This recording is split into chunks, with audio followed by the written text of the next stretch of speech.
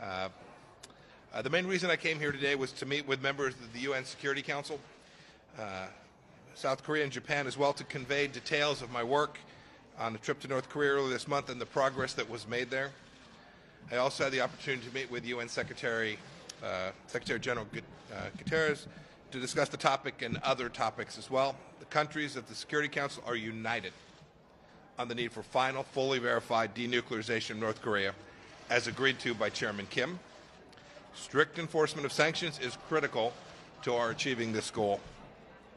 Members of the UN Security Council, and by extension all UN member states, have unanimously agreed to fully enforce sanctions on North Korea, and we expect them to continue to honor those commitments. When sanctions are not enforced, the prospects for the successful denuclearization of North Korea are diminished. Right now, North Korea is illegally smuggling petroleum products into the country at a level that far exceeds the quotas established by the United Nations. These illegal ship-to-ship transfers are the most prominent means by which this is happening. These transfers happened at least 89 times in the first 5 months of this year, and they continue to occur. The United States reminds every UN member state of its responsibility to stop illegal ship-to-ship transfers, and we urge them to step up their enforcement efforts as well. We must also crack down on other forms of sanctions evasion, including the smuggling of coal by sea, smuggling by overland borders, and the presence of North Korean guest workers in certain countries. North Korean cyber thefts and other criminal activities are also generating significant revenues for the regime, and they must be stopped. President Trump remains upbeat about the prospects of denuclearization of North Korea. So do I, as progress is happening. It is the Trump administration's hope that one day the DPRK could be in our midst here at the United Nations, not as a pariah, but as a friend. Imagine UN Security Council meetings in which the DPRK nuclear and missile programs were not the agenda time and time again. We'll be able to focus our energy on so many urgent problems that face our world. I believe this reality is possible, and so does President Trump. But it will take full enforcement of sanctions for us to get there. It will also take Chairman Kim following through on his personal commitments that he made to President Trump in Singapore. The path ahead is not easy. It will take time, but our hopes for a safer world for all of us and a brighter future for North Korea remains our objective, and that hope endures. Thank you. Ambassador Haley. Thank you so much, and I'm very grateful to my friend Secretary Pompeo for coming out and meeting with the Security Council today. This is what we know. 18 months ago when I came in, our biggest concern was North Korea. Everyone was wondering when that new test was going to happen. Everyone was wondering when the new threat would occur, and the entire international community knew something had to happen. It was a Herculean task by the Security Council to pass 3 massive sanctions packages, getting rid of all exports, 90% of their trade, 30% of their oil, expelling all labor workers and scheduling that down, making sure all joint ventures stopped. All of that, combined with the international community coming together and expelling diplomats and stopping communication, and with the president's tough stance, all of that was really the combination that brought North Korea to the table.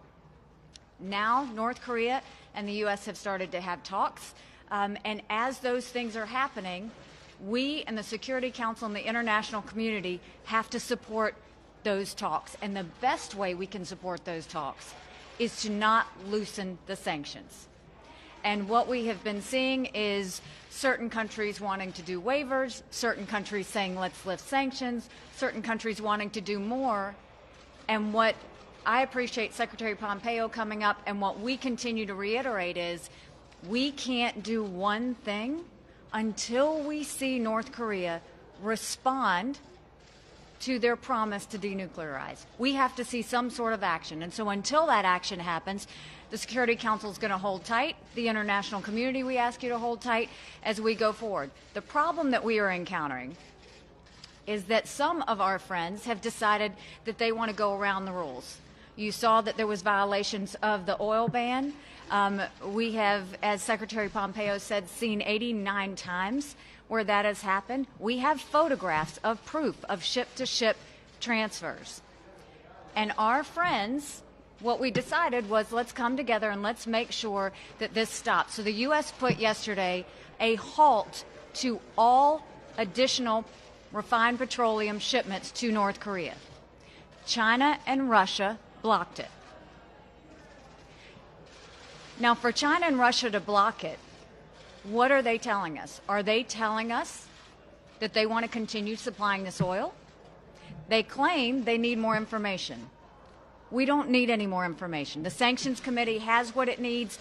We all know what's going forward. We put pressure today on China and Russia to abide and be good helpers through this situation and to help us continue with denuclearization. And so I think this was a day of very frank talk between the Secretary, the Foreign Minister of South Korea, our Japanese friends as well as the Security Council, to say, if we want to see success, we have to see a response from Chairman Kim, and we have to continue to hold the line until that happens. And so, very successful day, again promising that the Security Council has remained united and continuing to put pressure on our members to not fall through on that process. Thank you.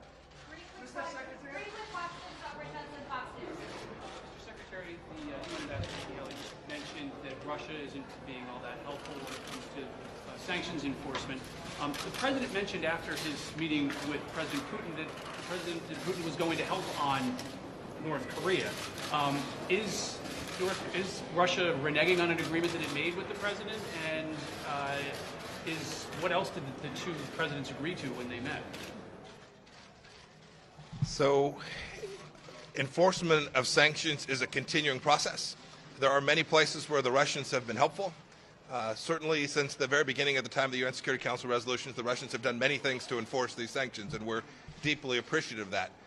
What we need now, though, is we need to continue that. We need to make sure that the world doesn't begin to see this. This is not an American demand for the North Koreans to denuclearize. It is the world's demand, and we need the world to continue to participate. And so where we find issues where any country, whether it's Russia or another one, not doing their part to enforce it, we're going to make sure that we provide the information to them so they can all see it and the world can see it, and we're going to demand that every country in the world do their part. Just following up, Mr. Secretary, on a question about Russia, because that's kind of what everyone in Washington is talking about today. Why is it a good idea for the president to invite Vladimir Putin to the White House? What does the U.S. have to gain from that visit? Yeah, I'm happy that the two leaders of two very important countries are continuing to meet. And if that meeting takes place in Washington, I think it's all to the good. Those conversations are incredibly important. We have our senior leaders meeting all across the world with people that we have deep disagreements with. It is incredibly valuable to the people of the United States of America that President Putin and President Trump continue to engage in dialogue to resolve the difficult issues that our countries face between each other. I think this makes enormous sense, and I'm very hopeful that that meeting will take place this fall. And final question, Michelle from Reuters. Thank you, Mr. Secretary. What concrete steps do you need to see North Korea take now to show that they are committed to denuclearization? And on Russia, the Russian Defense Ministry said this morning that they've sent proposals to Washington about the return of millions of Syrian refugees. They said it's based on an agreement that was reached by President Putin and President Trump. Have you seen those proposals, and what is this agreement that they've reached? So I'll take the second one first. So lots of discussion taking place. There was a discussion between President Trump and President Putin about the resolution in Syria and how we might get the refugees back. The president shared with me the conversations that they'd had. It is important to the world that at the right time, through a voluntary mechanism, these refugees are able to return to their home country. It's what we've all been working on. It's what the UN has been working on, with Stefan de Mistura working on that very same problem set. And President Putin and President Trump did discuss that. There's lots of work to do to figure out how to implement that, but the United States certainly wants to be part of help achieving that resolution in Syria. Make no mistake about it. Your first question was about what we need to see. It's really pretty straightforward, right? And it's not my description of what needs to take place. Chairman Kim made a promise. Chairman Kim told not only President Trump, but President Moon, that he was prepared to denuclearize. The scope and scale of that is agreed to. The North Koreans understand what that means. There's no mistake about what the scope of denuclearization looks like. So what do we need to see? We need to see Chairman Kim do what he promised the world he would do. It's not very fancy, but it's the truth. Thank you. One more question, Mr. Thank you, Secretary. everyone.